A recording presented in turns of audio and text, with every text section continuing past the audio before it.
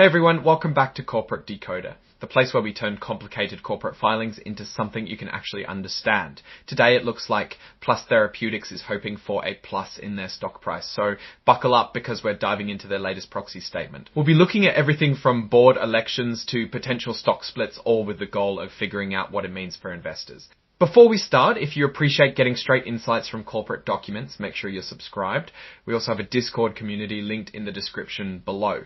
This filing starts with a letter to stockholders talking about progress. In easy words, they're saying they've made strides in developing their medicines. There's also mention of acquiring CNSide, which is a platform for detecting and managing cancers of the central nervous system or the brain and spinal cord. That's something new for them. Now, let's get to the reason for this filing. Therapeutics is holding its annual meeting in August where stockholders get to vote on some important proposals.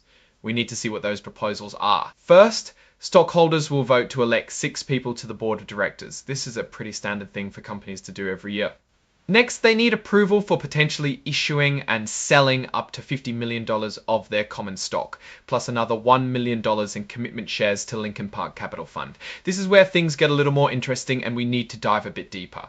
The next proposal is to give the board the power to do a reverse stock split. A reverse stock split is when a company reduces the number of its outstanding shares, which increases the price of each share. Basically, if you have 100 shares, they could turn into 10 shares, but each share would be worth 10 times more. The stated range is pretty wide, from 1 for 2 all the way to 1 for 250. So we will explore that in a moment. Then stockholders get a non-binding vote on the compensation of the executives. This is basically a thumbs up or thumbs down on how much the top people are getting paid. Finally, they want to approve some changes to their stock incentive plan, which is how they give stock to employees. Let's take a look at who they're nominating for the board. Richard Hawkins is the current chairman. He has a long history in the pharmaceutical business. Mark Hedrick is the president and CEO. He's been with the company for over 2 decades. Howard Close is a lawyer who has been involved with law firms for a long time. Robert Lenk has experience in the pharmaceuticals industry. We will come back to the impact he may have later.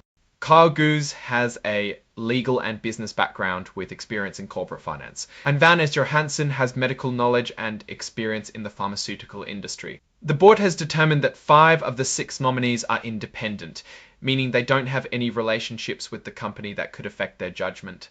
The exception is Mark Hedrick, the CEO, who is obviously not independent since he works for the company. Okay, let's get back to that potential stock sale to Lincoln Park Capital. The company wants approval to issue and sell up to 50 million fee under the terms, plus Therapeutics can sell shares to Lincoln Park over a 36-month period. It is important to understand the way it works. The price per share will be based on the market price at the time of the sale, with some discounts applied basically. Plus Therapeutics gets cash and Lincoln Park gets shares they can then sell. The company is seeking stockholder approval because of NASDAQ rules which limit how much stock a company can issue without a vote. If stockholders approve this proposal, it would allow Therapeutics to sell the full amount available under the agreement at a price less than the LP minimum price.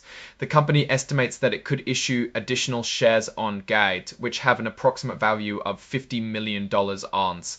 That could also mean more dilution, which means each existing share would represent a smaller piece of the company. Now, let's talk about the proposed reverse stock split. This is when a company reduces the number of its outstanding shares, which increases the price of each share.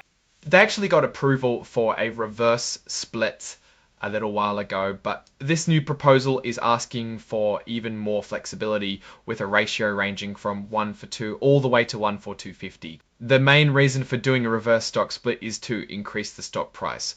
Plus Therapeutics needs to maintain a certain price to stay listed on the NASDAQ capital market. If nothing else works, they could ultimately be delisted. On another reason they state is that a higher stock price can make the company more attractive to a broader range of investors.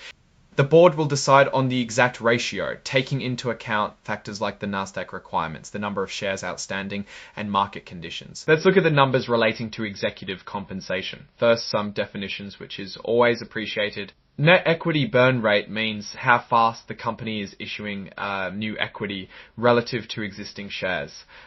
Dilution is a measure of how existing shareholders' ownership might potentially shrink. To overhang considers both outstanding equity and what's being asked as potential dilution. Looking at the table, 3-year average net equity burn rate is 2.96%. That's not horrible, but it's worth noting. Dilution has averaged 5.46. The committee generally granted annual equity awards in mid-February each year. In addition, the committee doesn't take into account any material non-public information when determining equity inventive awards during 2024. I'm happy to see that there is nothing that can make you go, in this section. For the chairman, he received $95,000 cash and approximately $9,000 in stock options. Scroll so you can review each person's compensation in those sections if you like.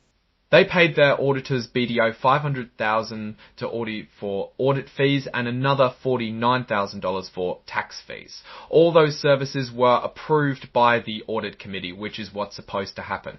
Now, to sum things up, Plus Therapeutics is at a critical juncture. They are acquiring assets and potentially doing a reverse stock split to continue existing. Based on the filing, here's my take, X the direction. Plus Therapeutics is definitely trying to make moves to improve its standing. Acquiring assets to try and generate more value in the market. Risks and opportunities, listing risk on the Nasdaq is a huge thing that the reverse split would take care of. Overall, Plus Therapeutics is at a turning point. Key to their success will be successful integration of CNSide into their asset base so they can generate some value. Otherwise, they're going to need additional cash by selling stock, which dilutes share value. Alright, that's our deep dive into Plus Therapeutics' proxy statement. What do you think about their strategy? Are the acquisitions enough to turn the tide, or are they just rearranging the deck chairs? Let me know in the comments below. If you found this breakdown useful, hit that like button and don't forget to subscribe so you don't miss our next corporate decoder. Also, join our Discord community in the description for more great conversations. Thanks for watching and I'll catch you in the next one.